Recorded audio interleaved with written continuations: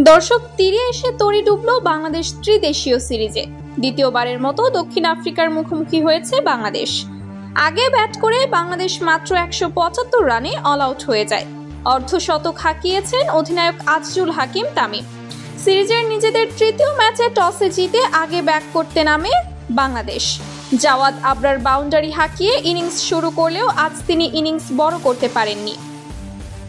খানিক বাদেই রিফাত রিজান আউট হলে এই জুটি ভেঙে যায়। আব্দুল্লাহ মাত্র ৮ রানে করেই আউট হয়ে যান। এদিকে ৬৫ বলে হাফ সেঞ্চুরি তুলে নেন তামিম, তবে ৫৯ রানে ক্যাচ আউট হয়ে যান। তারপর সামিউন বাশিরও দ্রুতই আউট হন। দেবাশিস দেবা রানের খাতা খোলার আগেই আউট হয়ে যান। ১২৭ রানে ৭ উইকেট হারিয়ে ফেলে এবং বিপদে পড়ে যায় বাংলাদেশ। ১৩০ রানেই অষ্টম উইকেটও হারিয়ে ফেলে যুবারা। তারপর স্বাধীন ইসলামকে নিয়ে ২০ রানের জুটি গড়েন কালাম সিদ্দিকী।